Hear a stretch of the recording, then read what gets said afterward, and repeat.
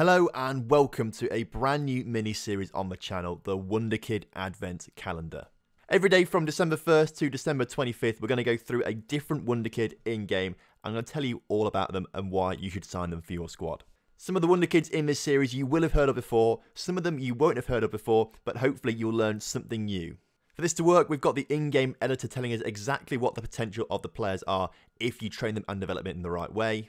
I've also made myself manager of Real Madrid so we can see the scout reports from some of the best scouts in the world for one of the best clubs in the world to see exactly what they think of each player.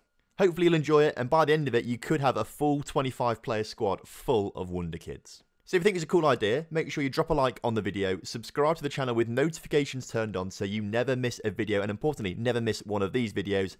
And without further ado, let's see who's behind door number 1. So behind the door on day 1 is Pelayo Morilla, a 16-year-old attacking midfielder from Sporting Gijon. Now, as you can see, for 16 years old, Pelayo is pretty decent already, and I think he's quite unrecognised at the moment in the Football Manager world, but he has got some significantly good stats out there and some significant potential. So starting with the positions then, Shadow Striker, Trequartista and Advanced Playmaker. He is comfortable in all of those roles and very comfortable in the attacking midfielder and enganche role as well. So pretty much any role in that attacking midfield he can do. He's also relatively competent on the right of the wing and the left of the wing, and as a striker, he's not too bad either. Attributes where they matter are incredibly good for 16 years old. Dribbling of 15, finishing of 12, and first touch of 15 is absolutely superb for any player, let alone a 16-year-old attacking midfielder from Gijon.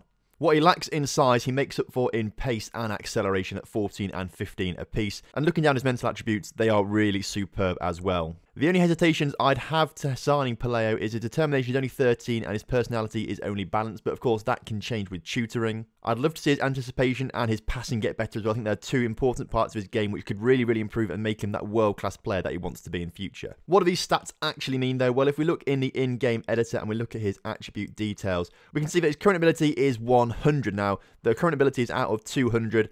200, I don't think any player is rated 200. I think Messi and Ronaldo are probably around the 195 mark, so pretty high, but no one can get 200 out of 200. As you can see, his potential ability is 172, so he's got the potential to be one of the best players in the world. Now, as previously mentioned, I am the Real Madrid manager in this universe, so I can get the best scout reports possible basically on a lot of these players. As you can see here, Gijon probably going to accept a bid between 850 to 1.7 million, so he's affordable to a lot of clubs out there, even clubs in the Championship.